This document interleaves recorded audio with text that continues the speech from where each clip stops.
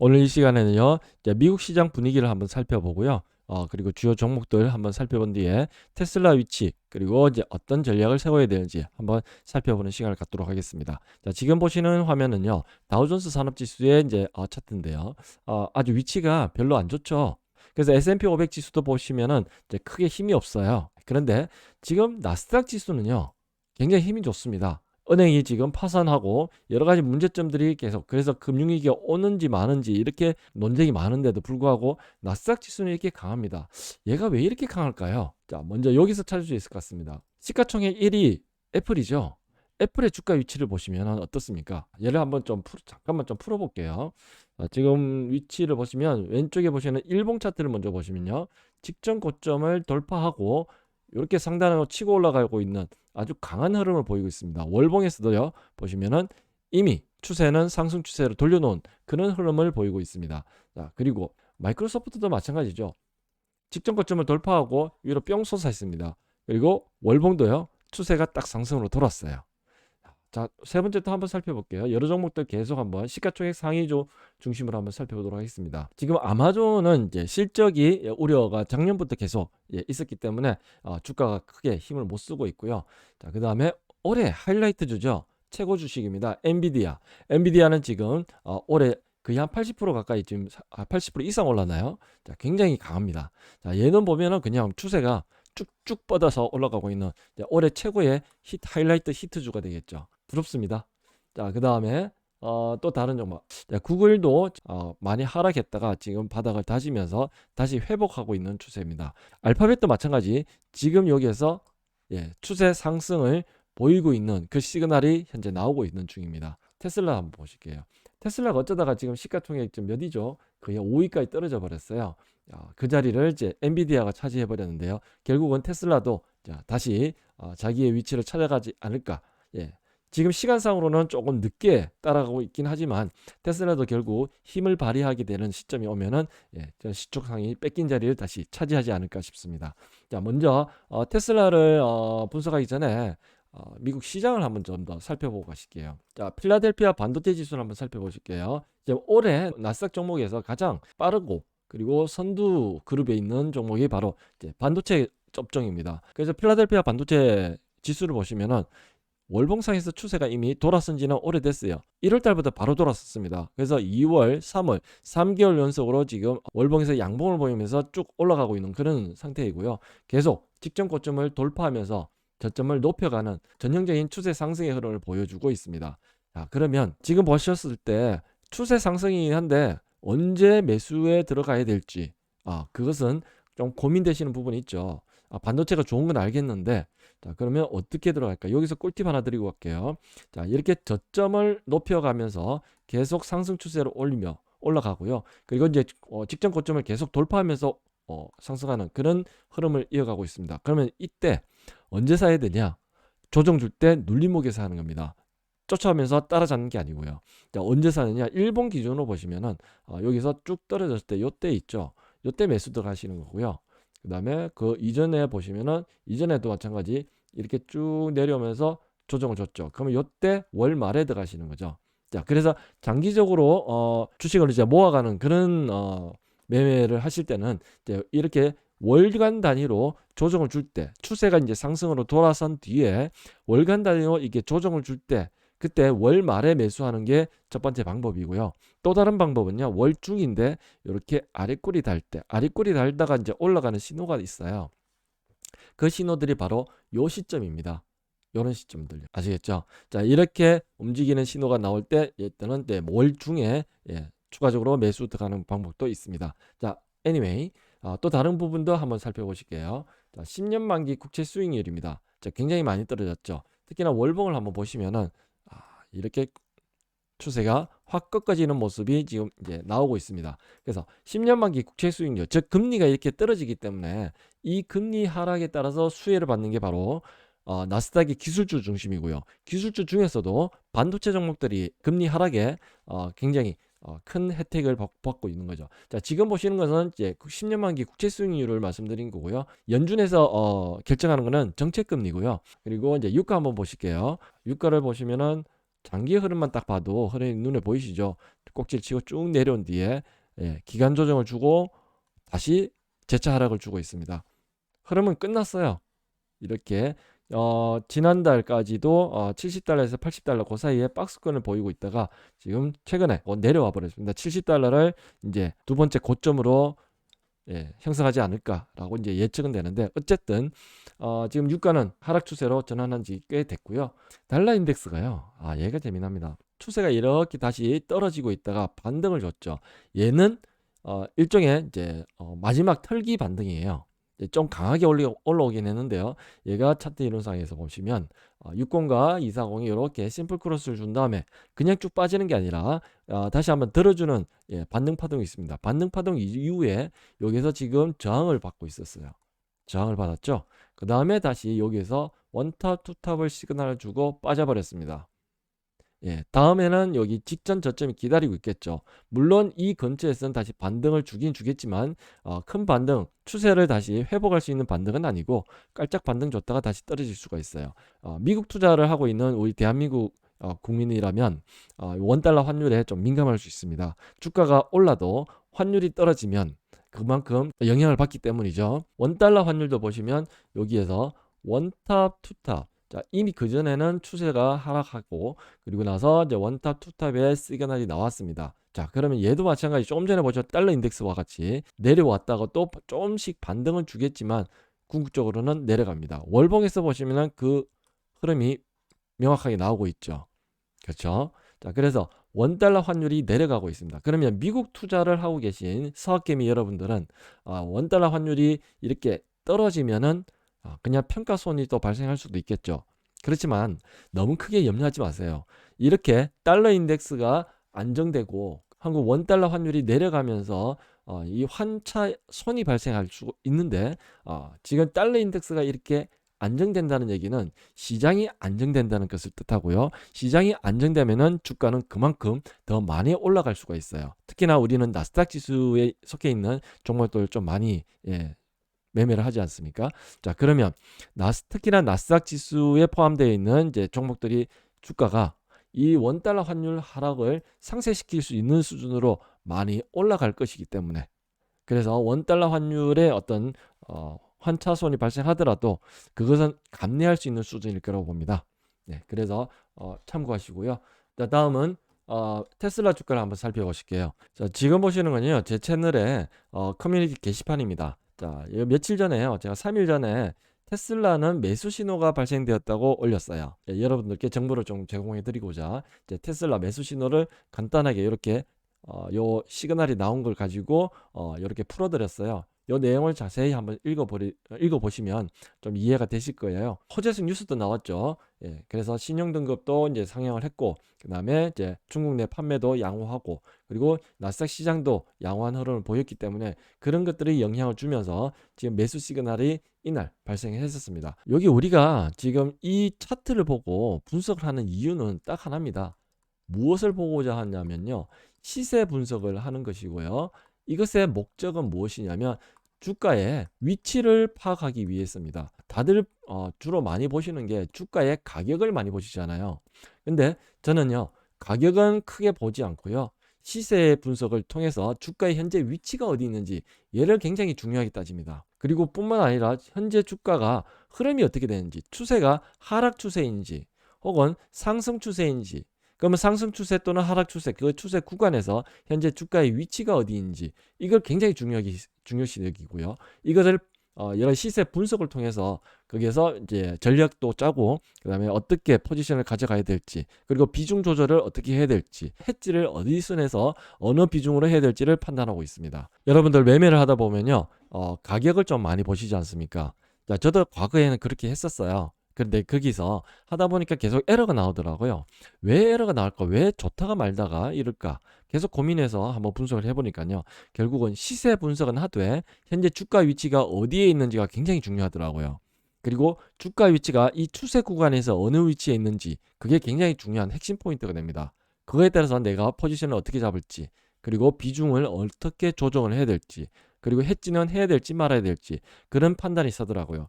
그래서 그것에 대해서 적절히 컨트롤 하다 보니까 수익률이 그래도 안정적으로 올라가더라고요. 자, 그래서 지금 계속 이 제가 시그널이라고 표현해 드린 것이 바로 그런 측면에서 말씀을 해 드린 것이고, 자, 주가는 어떻게 흘러가는 원리가 되냐면요. 자, 이렇게 이평선이 쭉 흘러가죠. 그러면 캔들이 이 위에서 움직이지 않습니까? 우리가 공항에 가면 안내판에 뭐가 나오죠? 탑승하세요라고 나오죠. 보딩이라고 하지 않습니까? BO, 보딩의 약자죠. 자, 이렇게 얘기를 합니다. 1번은 주가가 이평선 위에 올라타야 되고요. 그리고 그 이평선에서 지지 테스트를 해야 됩니다. 지금처럼요. 자, 그런 다음에 이평선이 이렇게 돌기 시작하죠. 주가가 이제 이 위로 올라가게 됩니다.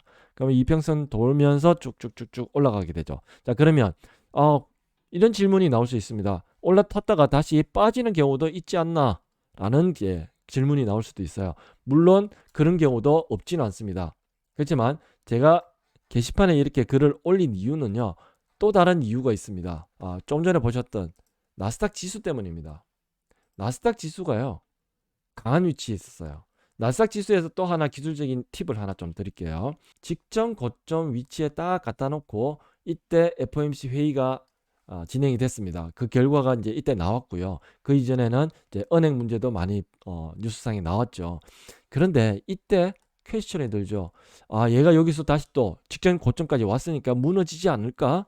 라는 이제 어떤 걱정이 될 수도 있고 혹은 궁금증이 생길 수도 있습니다. 직전 고점에 있으면은 두들겨 맞을 수도 있어요. 그 이전에 큰 걸 봐야 돼요. 5일선이 직전 고점 위에 와 있으면 21선이 지금 어느 위치에 있는지 보면 밑에서 한번 바닥을 쭉 찍고 올라왔죠. 그런 다음에 여기서 또 두 번째 바닥을 찍고 올라갑니다. 자, 5일선보다 조금 더 큰 녀석 21선이 지금 터보 20이 나오고 있죠. 저점이 높아지는 그 시그널이 나오고 있는 중입니다. 큰 녀석의 신호가 더 강하기 때문에 이럴 때는 요 직전 고점 영역에서 조정을 받을 수도 있어요. 기간 조정을 줄 수도 있습니다. 그렇지만 여기서 짧게 조정을 주고 바로 다시 돌파할 수 있는 경우가 굉장히 많습니다. 이유는 큰 이평선이 지금 터보 20으로서 상승 패턴을 나타내고 있기 때문이고, 월봉에서도 보시면은 양봉이죠. 그리고 이 양봉을 통해서 지금 추세가 상승 전환을 됐습니다. 그러면 추세가 상승 전환을 한번 하게 되면요, 얘는 굉장히 강하게 올라갑니다. 그리고 길게 갑니다. 최소 6개월 이상은 흘러가게 돼 있고요. 그래서 6개월 이평선입니다. 아주 중요하니까요, 적어 놓으세요. 자, 그래서 나스닥 지수는 지금 상승 지금 직전 고점에 좀 두들겨 맞고는 있지만 내려왔다가도 다시 딱 아래꼬리 달고 올라가고 있습니다. 그만큼 지금 밑에서는 매수세가 기다리고 있다는 거고, 그거의 근간은 21선이 밑에서 원 버튼, 투 버튼을 주고 올라가고 있기 때문입니다.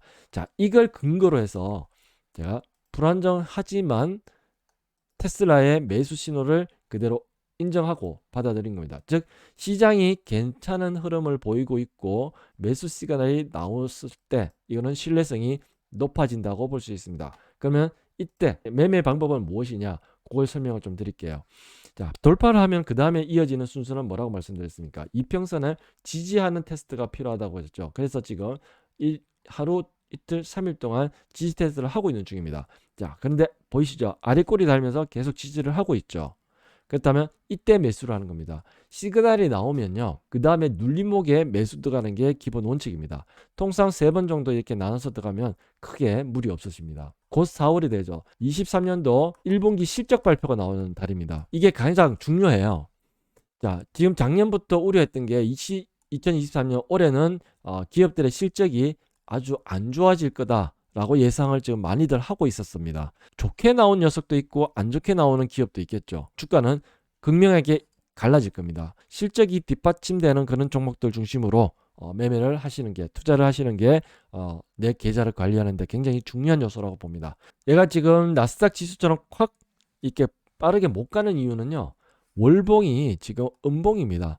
음봉 구간에 있기 때문에 이게 주가가 나스닥 지수보다는 좀 덜 세게 올라가는 거예요. 그렇지만 그래도 시그널이 나왔기 때문에 그 있는 그대로 인정하고 가는 겁니다. 그러면 이제 일주일만 지나면은 4월이 되죠. 4월에 월봉이 양봉으로 올라가는지, 이것 또한 굉장히 중요합니다. 그러면 자, 일단 이렇게 이평선을 뚫고 올라가서 그 다음에 눌림목 조정을 주고 다시 재차 상승을 한다면 이것은 바로 월봉에서 캔들 매수 신호입니다. 아주 중요한 신호예요. 이게 먼저 나오거든요. 항상 이게 1번으로 먼저 나오고 그 다음에 이평선이 돌았습니다. 그러면 4월 달에는 월봉이 양봉으로 돌아서는지 제일 먼저 체크를 해야 되겠고, 그리고 그에 따라서 21선이 자동으로 돌아가게 될 겁니다. 그때쯤 되면 바로 빠져나간 주가가 이때가 되겠죠.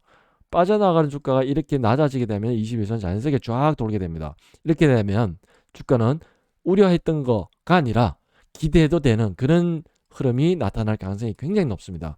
그래서 이 매수 시그널을 제가 강하게 말씀드린 거예요. 그리고 하나 더 말씀을 드릴게요. 바로 2일 전에 또 하나 더 게시판에 글을 올렸는데요. 삼성전자의 매수 신호가 나왔기 때문에 제가 또 이제 급하게 캡처해서 이렇게 올렸었는데요. 삼성전자 한번 주가를 분석해 보도록 하겠습니다. 얘도 아주 좋아요. 월봉 차트를 먼저 보시면 추세가 이제 상승으로 돌아섰습니다. 이번 달에 월봉이 양봉이죠. 추세가 상승으로 돌아섰기 때문에 지금 얘는 매수 관점에서 보는 게 맞고, 자, 두 번째 일봉에 와서 보시면은 얘 굉장합니다. 요거 보이시나요? 이평선 잠깐 보시죠. 이평선이 몇 개가 모였습니까? 241선 모였고 61선 모였고요. 그 다음에 21선 모였고 5일선도 거기 모였고 밑에서는 121선이 깔고 있어요. 딱 모였다가 그 다음에 딱 뚫고 올라가는 신호가 이때 나왔죠. 확대해서 한 번 더 설명드리겠습니다. 이평선들이 이렇게 딱 모인 뒤에 그 위로 뿅 솟는 이 캔들이 나왔습니다. 장대 양봉 캔들이 나왔죠. 그래서 제가 이날 점심때 바로 매수 시그널이 나왔습니다 하고 게시판에 글을 올렸어요. 그리고 거래량도 늘어나고 있죠. 수급도 괜찮았습니다. 기관과 외국인이 함께 매수로 들어왔고요. 자, 그래서 이것을 보면 그냥 매수 패턴이 아니라요. 얘는 이렇게 이평선들이 모였다가 다시 이렇게 컨버전스 했다가 다시 다이버전스로 확산되면서 이렇게 주가가 강하게 올라갈 수 있는 그 전초전이 바로 여기서 일어나고 그 시그널이 바로 이틀 전에 나왔다는 거죠. 굉장히 중요합니다. 대박 시그널입니다. 대박. 정말로 바닥점을 잡고 그리고 내가 한번 매수해서 길게 가져가고 싶다. 근데 적절한 타이밍에 사고 싶다 했을 때 그때 지금 적절한 타이밍이 바로 이틀 전에 나온 이 시그널이고요. 꼴랑 이거 1, 2% 오른 거 이거 신경 쓰지 마세요. 그냥 눌림목 다음 주에라도요.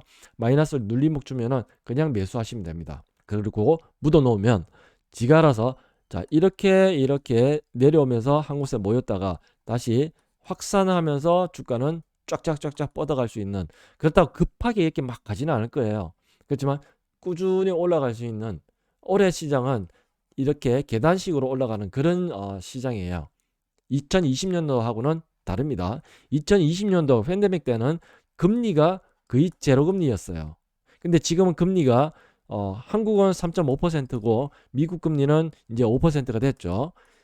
금리 자체가 높기 때문에 2020년처럼 이렇게 급하게 올라가는 시장은 아니에요. 적절히 올라갔다 또 조정을 받고 또 올라갔다 조정받고 이렇게 계단식으로 서서히 올라가는, 결국은 연말에 보면은 플러스가 나 있는 그런 시장 흐름이 이어질 것입니다. 그렇기 때문에 급하게 서두를 필요는 없고요. 마이너스 조정 받을 때 그때 느긋이 천천히 분할 매수로 들어가시면 나중에 이 시세는 처음에는 이렇게 정말 많은 사람들이 퀘스천 마크를 달고 가겠죠. 여러 가지 이슈들이 계속 나오니까요.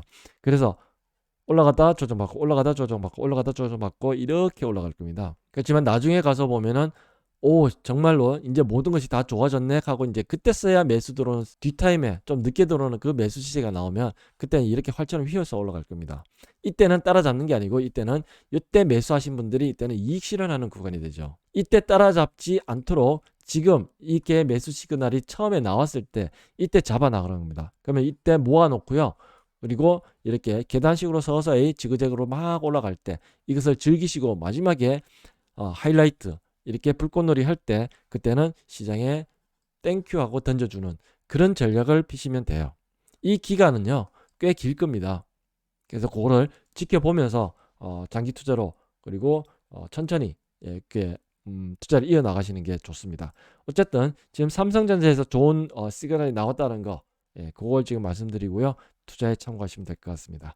네, 여러 가지 은행 이슈가 먼저 불거지고 있고 금리 인상을 급하게 했기 때문에, 그리고 장단기 금리 차가 이제 역전이 오랫동안 됐었기 때문에 그 영향이 지금 금융권에서 나타나지 않을 수는 없습니다.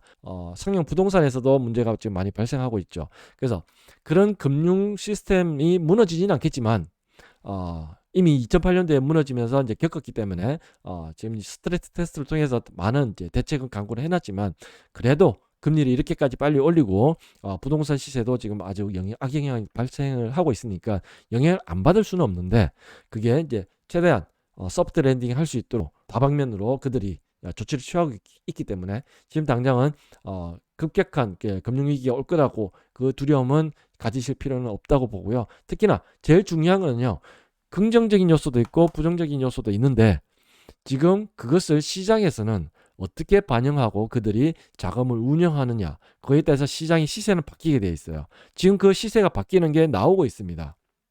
나스닥은 나스닥 지수대로 지금 강세를 보이고 있는 중이죠. 그렇기 때문에 우리는 투자자 입장에서는요, 어떻게 해야 되냐? 긍정론자도 부정론자도 좋습니다.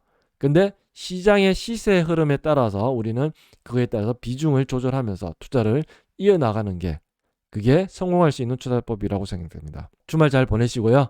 투자에 조금이라도 도움이 되셨으면 싶습니다. 화이팅 하십시오. 감사합니다.